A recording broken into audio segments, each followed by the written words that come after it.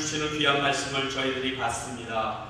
주님의 말씀을 저희들이 깨우치기 어렵사오니 성령님 이 시간 우리와 함께하여 주시사 운행케 하시며 우리들의 말씀이 우리 가운데 인쳐짐을 받아서 30배, 60배, 100배, 10배가 맺혀지도록 인도하여 주시옵소서. 모든 것은 하나님의 손안에 있는 것을 저희들이 믿사오니 우리들의 심령과 골수를 깨어 쪼개게 할 것도 부족한 종의 기술이 아니라 하나님 성령님의 능력인 것을 압니다. 우리 각 사람들이 거저 왔다 돌아가지 않도록 하나님의 거룩한 순종의 사람들이 되도록 사울과 같은 길을 걷지 않도록 오늘 임하여 주시고 말씀하여 주시옵소서. 예수님 이름으로 기도하옵나이다.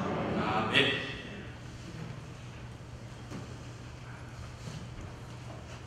오늘 말씀은 사울이 왕으로 즉위한 지 2년 뒤에 생긴 사건입니다. 왕으로 즉위했더니 이제 그에게 에워싸는 공격들이 있습니다.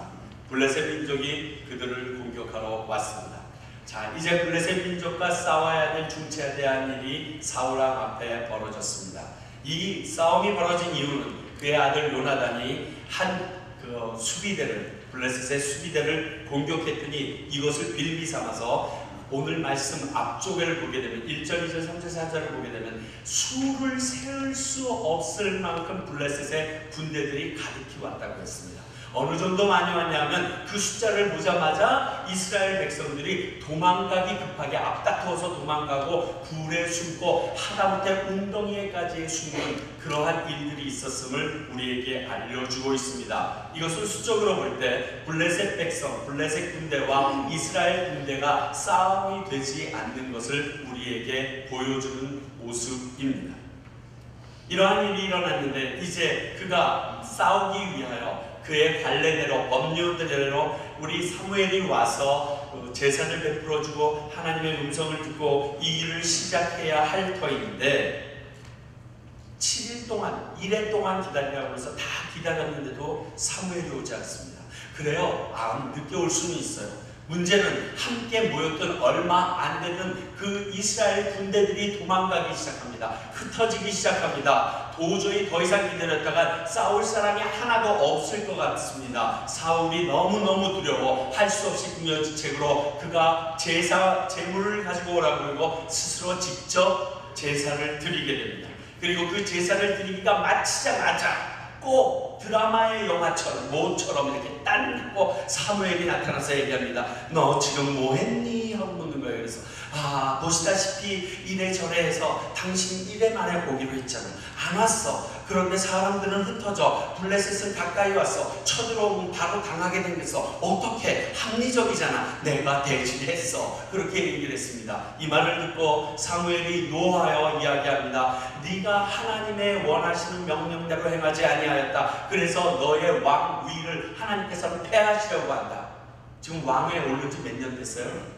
즉위 2년째 잘라버리겠다고 얘기합니다. 그러면서 화를 내고 팽 하고 베냐민으로 돌아가겠습니다. 그리고 모습을 보고서 쫓아갈 수도 없는 것이 남아있는 사람들은 한 600명밖에 안 됩니다. 그들이 무엇을 갖고 왔는지 그 뒤에 쭉 살펴보니까 농기구를 갖고 왔다고 해요. 왜냐하면 그들이 철을 다룰 수 있는 기공술이 있으면 그들이 칼과 창으로 블레셋을 이길까봐 블레셋이 가지고 있던 철 기공술을 그들에게 전해주지 않았고 그 당시에 칼은 딱 2자루, 이스라엘 전체에 딱 2자루가 있었는데 사울과 요나단 것이었다라고 13장의 모든 내용의 말이 맞춰지게 됩니다. 오늘 생각해 보려고 하는 것은요, 사울이 그렇게 죽일 만한 죄를 져내는 거죠. 자 봐요. 7일 동안 기다리래서 기다렸어. 그리고 안 왔어. 안 와서 나도 기름 부음 받은 놈이야. 그래서 제사를 대신 드렸다 이거야. 그런데 그것이 그렇게 왕에서 폐위될 정도로 엄청난 거냐는 말이죠. 좀 생각해 볼 필요가 있잖아. 아무리 생각해봐도 좀 많은 사람들이 이 말씀을 읽으면서 그렇게 얘기합니다. 요건 좀 심하지 않았나? 기다릴 만큼 기다리고 할 만큼 한 것 같은데 이따위로 예수 하나님께서 왕을 폐위시킨다고 너무 심하지 않는가? 이것에 대한 것을 알아보는 것이 오늘 말씀을 찾는 쟁점이 되겠습니다. 과연 사울은 어떠한 죄를 범했는가? 다른 것은 몰라도 오늘 말씀을 중심으로 살펴보면 13절과 14절에 반복해서 사무엘이 사울의 죄를 지적하고 있습니다. 13절에 보니까 이렇게 적혀 있습니다. 왕에게 내리신 명령을 지키지 아니하였도다. 14절에 왕에게 명령하신 바를 왕이 지키지 아니하였으므로, 내용의 요지가 이겁니다. 사울이 하나님의 명령을 지키지 않았기 때문에, 즉 그분의 말씀을 순종하지 않았기 때문에 왕의 자리가 무너지고 새로운 왕이 생긴다라고 선포하고 있다는 사실입니다.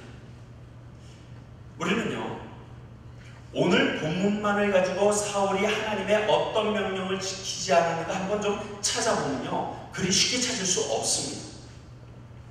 주석을 보면요, 더 헷갈립니다. 난 암만 찾아도 못 찾을 것 같아가지고 주석을 보니까 두 가지로 보통 풀고, 많은 설교자들의 설교집을 살펴보니까 그들도 두 가지로 풀었어요. 첫 번째는 뭐냐면 기한을 채우지 못했다는 거예요. 1회 동안을 제대로 끝까지 못 지켰다는 거예요. 뒤에 조금 내겨놨다는 거지. 그러면 끝까지 지켜야지 순종하는 거지. 그 중간에 하다가 말면 안 된다는 거예요. 그런데 오늘 본문 말씀을 보니까 사울이 사무엘에게 타박을 합니다. 뭐라고 11절에 타박을 하냐면요, 11절에 그렇게 얘기합니다. 당신은 정한 날 안에 오지 아니하고 라고 타박을 했어요. 근데 사무엘이 내가 언제 내가 50분 일찍 왔다 이런 말 없어요. 아무 말도 없어요. 그러면 정한 날에 사무엘이 오지 않았어요. 그건 사실인 거예요. 그러니까 그 말씀은 조금 어폐가 있어요. 단어의 속뜻은 모르겠지만. 또 한 가지로 많은 주석가들이나 설교자들이 무엇을 얘기하냐면 제사를 드린 주체자가 달랐음을 얘기합니다. 이건 신학적으로도, 그리고 말씀을 풀기에 하나님의 명령이라는 우리 율법을 모세에게 주어주신 제사장의 직분으로 생각해 볼 때는 어느 정도 풀리는 부분이기도 합니다. 제사장들만이 번제를 제사 드릴 수 있는 특권이 있는데 그것을 사울 왕이 대신 드렸으므로 하나님께서 그 명령을 순종하지 않아서 그를 폐하였다라고 얘기할 수 있습니다. 그런데 2% 모자라요.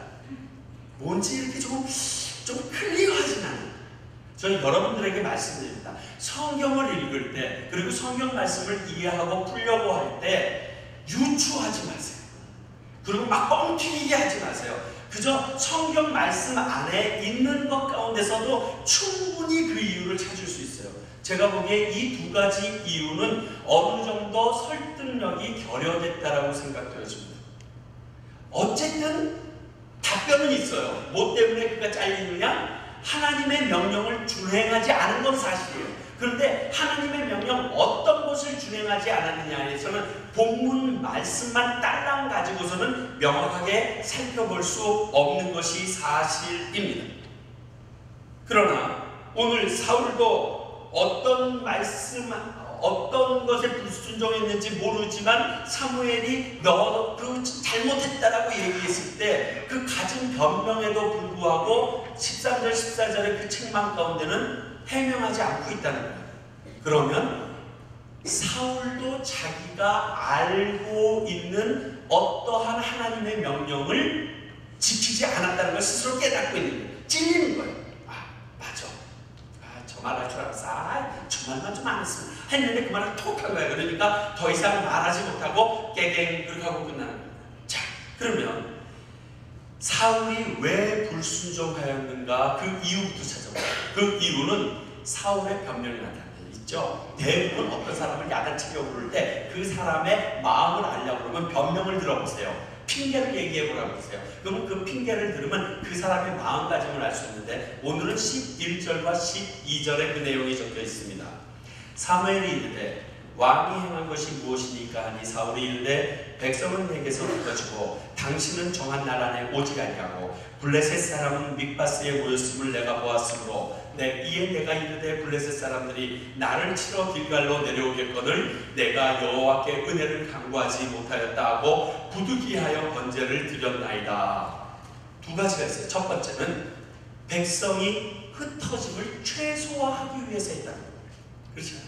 지금 싸움을 해야 됩니다. 당시 옛날 싸움은 죄송하지만 쪽수입니다. 얼마나 머릿수가 많느냐가 승리와 우리 겪어봤잖아요.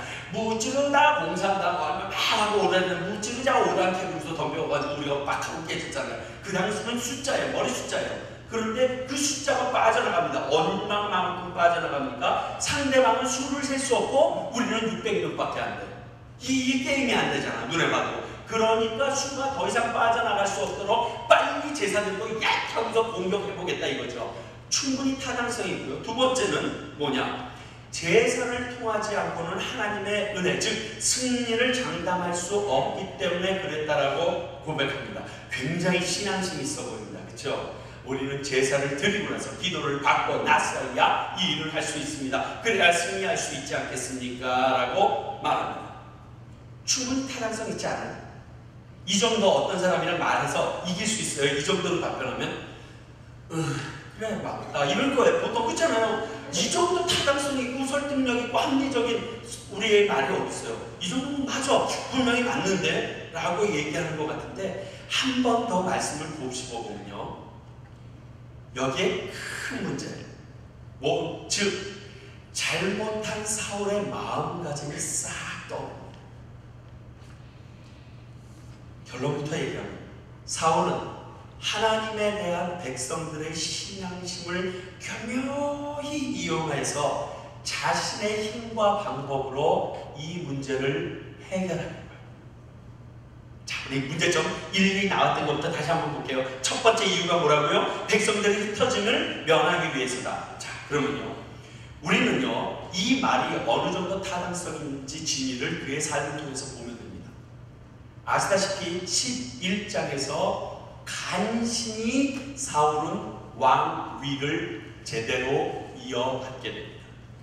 10장에서는 어떠한 사건이 벌어집니까? 10장에서는 전부 다 미스바를 모읍니다. 그리고 이스라엘 백성들을 제비뽑기 시작합니다. 너희들이 원하는 왕을 뽑아주겠다 합니다. 베냐민 지파 기스의 아들 사울이 딱 뽑혔습니다. 그를 세워놓고 얘기합니다. 사무엘이 이만큼 멋지고 등치 좋고 키 큰 놈 있으면 나와봐. 그랬더니 너희 왕으로 맞지? 그랬더니 많은 사람이 와 좋다고 했는데 다 그런 게 아니었어요. 몇몇 불량배들은 마지막 절에 그를 내가 어떻게 저놈을 섬길 수 있어 하고 되돌아서고 경배하지도 않고 선물도 주지 않고 갔다고 써 있습니다. 그래서 그 힘없는 사울 왕은 왕으로 모든 백성 앞에서 인침을 받았음에도 불구하고 자기 집에 가서 농사 짓고 있습니다. 소 끌고 앉아 있었습니다. 그런데 11장에 들어와서 하나님께서 자신이 세운 사울 왕을 세울 작전으로 암몬 족속들을 공격해 하십니다. 암몬 족속의 나하스 왕이 진두지휘하여 쳐들어왔고 그의 뭐라 그러죠? 사둔 쪽 되는 야베스의 지역을 짓누르면서 누나를 빼겠다고 아주 협박하고 들어와서 그쪽에서 사신들이 왔습니다. 그 말을 들었던 사울이 아내 성령님의 가마로 인하여 분을 바라고 그가 가지고 있던 한 결의의 손을 조각을 내서 이스라엘 백성을 집합시킵니다. 그리고 그는 한 번도 지휘해보지 않았던 장군이 한 번도 싸워보지 않았던 군대를 데리고 기습작전을 성공해서 그 암몬 족속을 완전히 패퇴시켜버립니다. 이 일이 끝나기가 무섭게 사울 왕이 왕답지 못하다고 한 번 다 나오라고 해서 죽여버릴 듯이 얘기합니다. 그때 사울은 분명히 이렇게 얘기합니다. 오늘은 안 된다. 왜냐하면 이 승리는 내가 한 것이 아니라 하나님께서 우리에게 주셨기 때문이다 라고 얘기하고 다 데리고 길갈로 올라와서 사무엘이 이 기회를 타서 사울의 왕권을 든든히 세워주고 그리고 본인은 빠져나가 버렸단 말입니다. 이 사건이 있었는데 분명히 사울도 자기 스스로 하나님께서 전쟁에 승리하게 해주셨던 아무 능력이 없는 자기와 한 번도 같이 호흡을 맞춰보지 않았던 그날 모인 군대들과 싸워서 기습작전을 성공한 것이 하나님이 하신 능력이라고 알고 있었어요. 다시 말해서 백성들을 모을 수 있고 전쟁에 승리할 수 있는 이유와 능력은 내게 없고 하나님에게만 있다는 것을 자기 입으로 스스로 고백했던 사람이에요. 근데 오늘은 어떠한 행동을 합니까? 그 백성들의 마음을 잡으려고 자기가 스스로 뛰어들고 있다는 겁니다. 내가 해보겠다라고 난리치고 있다는 겁니다. 이것이 문제인 것입니다. 두 번째를 보시면요. 여호와의 은혜를 운운하면서 많은 부분이 좀 적습니다. 이 말을 한번 다시 읽어보면요. 이런 의미예요. 내가 제사를 드리는 것이 의미가 없고가 그게 중요한 게 아니란 말이죠. 지금 빨리 이때까지 했던 이 관행을 통해서 이스라엘 백성들이 전쟁에 나갈 수 있게 한다지, 누가 제사를 드리는 것, 그리고 어떻게 제사를 드리는 것, 그게 뭐가 중요하다고 예배를 굉장히 가볍게 여기고 있어요. 좀 더 쉬운 말로 할게요. 제사를 드리지 않고 전쟁에 나가는 게 찝찝한 거야. 좀 더 우리적인 말로 할까요? 21세기로. 오늘 교회 안 나오고 집에 가면 교통사고 날 것 같은 거야. 오늘 교회를 안 나오고 집에 갔더니 월요일날 출근했더니 가게가 도둑 맞은 거야. 그러면 아이고 내가 주일날 교회 안 나갔더니 그따구 생각으로 교회 온 거야. 오늘 교회를 안 나갔더니 애가 성적표에서 한 줄씩 밑으로 내렸어가지고 엉망이 나온 거야. 내가 오늘 교회만 나갔었다면 내 자식이 제대로 제 직한에다가 답변을 썼을 것 같은데, 우리 이런 마음이 있지 않습니까? 여러분들 중에서 제발 있다고 얘기하지 마십시오. 제가 마음이 어려워집니다. 있어도 없다고 얘기해 주시기 바랍니다. 하여튼 많은 크리스찬들이 종교 생활로 교회를 나옵니다. 신앙인으로 나오는 게 아니라 종교 생활로 교회 나와서 찝찝하니까 주일날 목욕하듯이 때밀듯이 와서 아 시원하다, 그래도 난 오늘 예배 드렸어, 그리고 나가서 죄를 지어요. 오늘 상황이 그렇다. 사울이 제사를 드리는 게 뭐 그렇게 대단해, 하여간 지금까지 있었으니까 하는 거야. 왜? 백성들이 그렇지 않으면 찝찝해하니까, 괜히 죽으면서 번제를 드리지 않아서 뭐 이럴까봐 그것 때문에 찝찝해서 지금 번제를 드린 거예요. 그러니까 번제라는 제사 자체는 별로 의미가 없어. 그렇다면요, 이런 사울의 변명이 하나님의 명령을 지키지 않았다는 이유라는 겁니다. 그러면 이런 사울의 모습에서 다른 것은 몰라도 한 가지 분명히 드러나고 있는 게 있어요. 뭐냐? 지금의 사울의 모습에는, 그의 방법에는, 통치 방법에는 하나님이 제외되고 있어요. 서서히 제외되고 있어요. 하나님에게 묻는 것이나 하나님의 절대성이나 그분을 의지하는 마음이 사울에게서 점점 제외되고 있다는 사실입니다. 이것은요, 사무엘이 예언했어요. 그의 고별설교 12장 14절에서 이렇게 얘기합니다. 너희를 다스리는 왕이 하나님을 따르면 좋겠지만은, 그러면서 그 다음에 하나님을 따르라고 얘기합니다. 요 말을 쉽게 바꾸면 이겁니다. 너희들이 달래서 왕 줬어. 그리고 너희들이 그 왕을 따르고 있잖아. 그런데 너희들이 따르는 그 왕이 하나님을 따르기만 해서 너희들이 그 왕을 따르면 문제는 없어. 그런데 너희들이 세운 그 왕이 하나님은 따르지 않는데 너희들이 준 왕이라고 그 왕의 의견을 하나님의 뜻이 아닌데도 쫓아가게 된다면은 너희들 망한다, 이 얘기예요.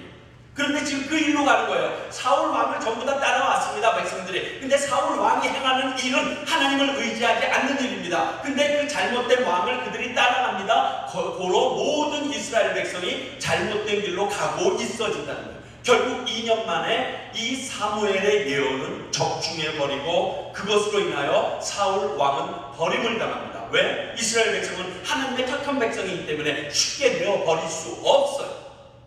그러한 사건이 오늘 일어나게 되어집니다. 그러므로요, 사울의 가장 큰 불순종의 모습을 여기서 찾을 수 있는데, 그게 뭐냐? 하나님을 신뢰하지 않았다. 자, 우리 저번에 얘기했습니다. 모세, 여호수아, 사무엘 공이 똑같은 설교를 합니다. 언약의 갱신입니다. 뭐라고 얘기합니까? 이스라엘 백성에게 나를 기억하고 나만 의지하고 내 말만 따르라. 그리하면 너희가 너희에게 허락한 약속의 땅에서 부요하게 잘 살게 되리라 얘기했어요. 그런데 그분의 의견을, 하나님의 음성을 듣지 않고 따르지 않았기 때문에 어떻게 삽니까? 이런 어려움이 겪이게 됩니다. 즉 어떤 말씀을 불순종하였냐? 명확한 것은 하나님을 의지함이 사울에게서 없어졌다는 사실은 오늘 말씀을 통하여 드러납니다. 무엇이 불순종이냐? 하나님을 의지하지 않기 때문에 그분에게서 우리에게 주어진 모든 말씀에 대해서도 가벼이 여기게 된 것이 사울의 큰 죄라는 것입니다. 성도 여러분, 하나님의 백성들은요, 하나님의 공동체에 세움받은 지도자들은요, 세상 사는 여러 사람들과는 다른 길을 가셔야 해요. 믿음의 길이 굉장히 불안하고 세상 사람들의 길이 좋고 합법적으로 보여도 그 길을 선택하면 안 됩니다. 형통할 수 없습니다. 왜? 우리는 하나님의 선택을 받고 하나님의 선택에 의하여 살아가도록 지정되어진 거룩한 백성이기 때문에 그렇습니다. 내가 그 일을 따르지 않으면 어떠한 일이라고 저번 주에 말씀드렸냐면 내가 거룩한 백성이기를 거부하는 사건과 똑같다고 말씀을 드렸습니다. 다른 것은 모르라도요, 이런 사울의 자세 자체가 사무엘을 통해 사울에게 말씀하셨던 하나님만을 의지하고 그분만 따르다라는 명령에 불순종한 것은 명확합니다. 그 결과 2년밖에 안 됐는데 사울왕 잘리고 새로운 왕조가 이제 이스라엘에 등극하게 됩니다. 자, 3000년 전 얘기예요. 3000년 전 얘기. 이게 과연 지금 나랑 무슨 상관이 있냐? 이게 더 중요한 사람이죠. 이 사건이 지금 우리랑 무슨 상관이 있을까요? 이 사건의 시점을 보면요, 이스라엘이 왕이 생김으로 재도약하고 있는, 성장하고 있는, 점점 크고 있는 주변 나라들이 그 백성들을 우려하고 있는 성장 일로에 서 있을 때 터진 사건이에요. 그렇잖아요. 블레셋이 왜 쳐들어왔을까요? 이거 싹수부터 잘라버려야지, 얘네들 커지네, 왕까지 세워놓고 같이 맘먹으려고 하네. 그래서 아예 싹수부터 쓸어버리려고 셀 수 없는 군대를 데리고 온 거예요. 조금 크려고 합니다. 제2의 도약기를 맞이합니다. 왕정이 들었으면서 그들이 힘이 세워지고 이스라엘 이름이 만방에 알려지려고 하는 도약기에 들었을 때 이러한 불순종의 사건이 내면적으로 생기면서 그들의 뒤꿈치를 붙잡아 버립니다. 이스라엘 백성이 하나님의 약속한 땅 앞에 와서 요단강을 물로 걸어서 건넙니다. 맨발로. 그리고 그 가장 크다던 여리고성을 손가락에 아무것 하나 묻히지 않고 함몰시켜 버립니다. 그리고 그는 기세가 등등하여 적은 숫자라도 이길 수 있다라고 아이성을 향하여 진격하다가 완전히 패배해버립니다. 여호수아와 모든 백성이 함께 하나님 앞에 묻습니다. 어떻게 우리에게 이런 일이 생길 수 있습니까? 라고 얘기했을 때 하나님께서 말씀하시기를, 아간이라는 사람이 내가 너희들에게 얘기한 것처럼 여리고의 모든 물품은 다 없애버리라고 했는데 자기 이득을 위하여 내 명령을 지키지 않고 감추었느니라 그를 붙잡아 내라라고 얘기합니다. 이스라엘 백성이 온 여리고성 그리고 가나안 땅을 정벌하러 막 올라가는 도약기 초기에 뒤꿈치를 잡은 것은 아간의 불순종이었습니다. 무엇인지 모르지만 새롭게 뛰려고 할 때마다 뒤꿈치를 잡는 게 있습니다. 뿐만이 아닙니다. 초대교회에 이러한 일이 일어납니다. 우리 바로 저번 주 수요일 날 나눴던 겁니다. 아나니아와 삽비라가 등장하게 됩니다. 그 당시에는 4장 말미에 보면 성령이 충만하여 모든 교인들이 물건을 다 서로 통용하고 있었고 많은 교인들이 모이기 시작했습니다. 수만의 교인이라고 성경은 기록하고 있습니다. 그렇게 하나님의 은혜가 충만하여지는데 내가 다른 사람에게 칭찬을 얻기 위하여 바나바처럼 나도 칭찬받고 싶어가지고 하나님을 속이는 일을 아나니아와 삽비라가 합니다. 이 문제 때문에 하나님 믿는 것이, 예수 그리스도를 믿는 것이 두려워짐으로 초대교회의 성장의 뒤꿈치를 꽉 물어버리는 초창기의 사건으로 등장하게 되어집니다. 동일한 시점에 이러한 문제들이 벌어졌었고 이러한 말씀들을 저희들에게 계속하여 주고 계십니다. 하나님의 공동체의 부흥 초기에는 사탄들은 그냥 놔두지 않습니다. 외적으로 공격하다가 그 외적인 공격이 실패하다면 내적인 공격으로 그들의 부흥을 뒤꿈치를 무는 사건들이 항상 있곤 했었다는 겁니다. 그렇다면 저는 이번 주일날, 이번 주 한 주간이 구름에 떠다니는 듯이 좋았어요. 특히 금요일날 찬양대가 맞춰지고 나서 연합차 집회 끝나고 나서는 목에 힘이 들어가서 굉장히 힘들었어요. 목 돌릴 때 소리 못 들으셨나 몰라. 끼끼끼끼끼끼. 그리고 사람 많은 데로 가고 싶은 거야. 너무 칭찬을 해주니까 어머, 목사님네 교회 교인들은 얼굴이 어쩌면 그렇게 환해요. 얼마나 많은 찬양대가 와 너무 좋겠어요. 좋은 소식만 들려요. 목사님들이 칭찬해 주죠. 어저께는 식사를 하는데 얼마나 칭찬을 많이 해주든지 그 전에 배가 띵띵하게 불렀어요. 정말이었어요. 보는 분들마다 여러분들에게 그러지 않습니까? 너희 교회 요즘에 진짜 좋은가 보지. 정말이야. 여러분들 얼굴이 그래. 너무 교만 충만했었어. 정말이야. 그래. 안 됐구나. 너가 무슨 뭐 이런 얼굴이었어요. 이 상태에 우리에게 오늘의 이 말씀은 어쩌면 이스라엘 백성이 왕권으로 도약하는데 주신 말씀과 연관성이 있다고 생각되지 않습니까? 하나님이 말씀하시는 거예요. 제일장로교회요, 그 성도들이요, 최인찬아, 지금은 노란불이야. 잘못하면 금방 빨간불 켜진다. 조심해라, 조심해라. 지금 말씀하고 있습니다. 이것도 한 번 얘기하면 됐지. 수요일날 얘기하고. 그리고 이번에 그 강사 목사님 설교하는 거 들으셨어요? 내가 설교한 거 다 하잖아. 최인찬 교만 충만하게 됐더라고. 야, 저 사람은 내 설교를 뺏겼나? 왜 저래? 얼마나 딱 요럴 때 내 마음속에서 교만이 싹싹 붙어서 내가 교인만. 자, 여러분, 우리 교회가 1000명이 됐다 칩시다. 여러분들과 무슨 상관이 있습니까? 차라리 나랑 상관이 있어. 우리 교회 교인 1000명 있다. 뭐 이런 거 내가 조금 자랑스러울 수 있는데 여러분들도 상관이 있더라고요. 자랑거리가 돼. 뭐가? 숫자가. 규모가 자랑거리가 돼. 그 사이에 지금 하나님이 말씀하십니다. 몇 번이나 똑같게 조심해라. 이제 우는 사자와 같이 너희 뒤꿈치를 무는 너희 안에 문제가 터질 수 있으니 내 말을 듣고 순종하며 나만 의지해라. 노란불이 보이는 거예요. 순간 아찔해. 불안해요. 이제는 여러분 신기하지도 않죠? 오늘 1대1이 뭐게요? 신기하지도 않죠? 이제는 순종하는 삶이에요. 신기하지도 않아요. 매주일 맞으니 내가 뭐라고 얘기해? 내가 짜고 치는 것 같잖아.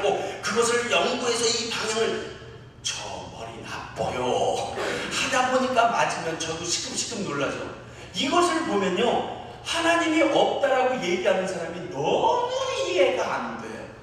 하나님이 살아계신 게 너무 명확한 거야. 막 눈에서 불똥이 튀게 제가 지금 이렇게 얘기하지만요, 저 지금 떨려요. 찔리려면 찔릴 수 있을 만큼 떨려요. 너무 나를 잘 아시고, 그리고 우리 교회를 너무 잘 아시는 그분이 우리에게 지금 말씀을 주시고 계십니다. 사실 저희 교회는요, 이전 담임 목사님의 땀과 노력이 없으면 여기에 결실이 얻어질 수 없어요. 누가 그러더라고요. 전두환이 다 박정희가 때려놓은 거 전두환이 먹고 노태우가 먹고 끝냈다 그러는데 지금 내가 그 꼴이야. 이렇게 다 때려놓은 거 지금 숟가락 얹어서 먹고 있는 느낌이 들어요. 뿐만이 아니라 이번에 온 그 목사님이 나랑 똑같은 게 그거야. 교회 자랑 딛게 해야 돼. 지네 교회랑. 내가 싸우려고 그래서 정말 모른다. 성도 1대1로 붙어보자. 다이다이 하자. 내가 이길 자신 있다. 저 어디 가서도 자랑하거든요. 우리 장로님들이나 우리 교회 성도님들, 이분들 때문에 제가 존재합니다라고 누구 앞에서도 자랑합니다. 진짜 여러분들의 그 기도와 정성이 없으면 제가 안 돼요. 무엇보다도 중요한 것은 이런 우리들의 마음을 아시는 하나님께서 성령으로 우리를 하나로 묶어주시고 여기까지 이끌어주신 것, 이것은 뺄 수가 없는 상황이잖아요. 이 상황 가운데 오늘의 말씀을 주셨어요. 제가 이걸 깨닫는 거 보니까 아직까지 사울까지는 안 간 것 같아요. 그렇죠? 그러나 하나님께서 뭔가 보셨기에 노란불을 깜빡거리고 계신 거 아닐까요? 이 자리에 있는 우리 제일장로교회 성도들에게, 그리고 최유찬에게, 그리고 우리 모든 사람들 한 심령 가운데 이제 너희들이 어느 정도 섰는 줄 아느냐? 이제 크리스찬으로서 너희들이 신앙이 남들을 다스릴 정도의 위치가 되었다고 생각하느냐? 깜빡 나만 의지해라. 내 말만 순종해라. 아니면 사울이 너다. 너무 정확하지 않으세요? 이런 분이 우리 하나님이죠. 3000년 전에 있었던 일, 21세기를 살고 있는 우리가 오늘 들어서 소름이 끼치게 하시는 이 정확하시고 동일하신 하나님, 그 하나님이 저와 여러분들의 하나님. 그러면 이 말씀을 왜 주셨을까요?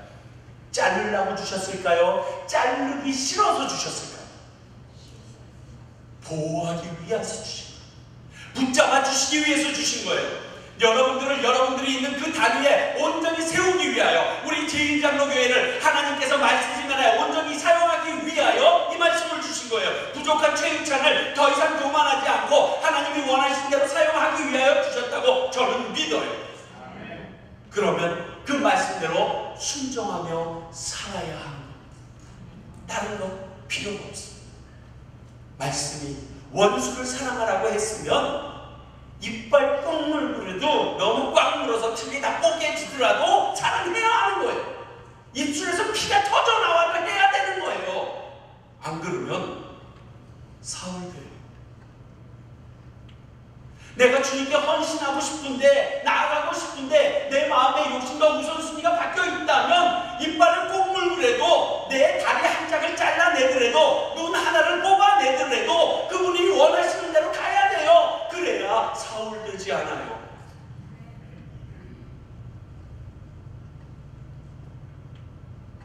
우리 교회 그리고 성도님들의 삶에 하나님의 말씀에 순종하는 모습이 있기를 간절히 기도합니다. 그 어떤 세상의 방법과 지혜보다도 여러분들의 모든 것이 표기되어지고 하나님의 것이 세워질 때 기뻐할 수 있는, 내 계획이 깨졌어, 내가 원하는 걸 뺏겼어 할 때 더욱 기뻐할 수 있는, 하나님의 말씀으로 인하여 기뻐할 수 있는 여러분들이 되기를 간절히 기도합니다. 그래야만 우리를 하나님이 사용하시고 쓰실 수 있습니다. 순종하며 삽시다. 그 디테일한 마음으로 To be continue. 밥 먹고 하겠습니다. 기도하겠습니다.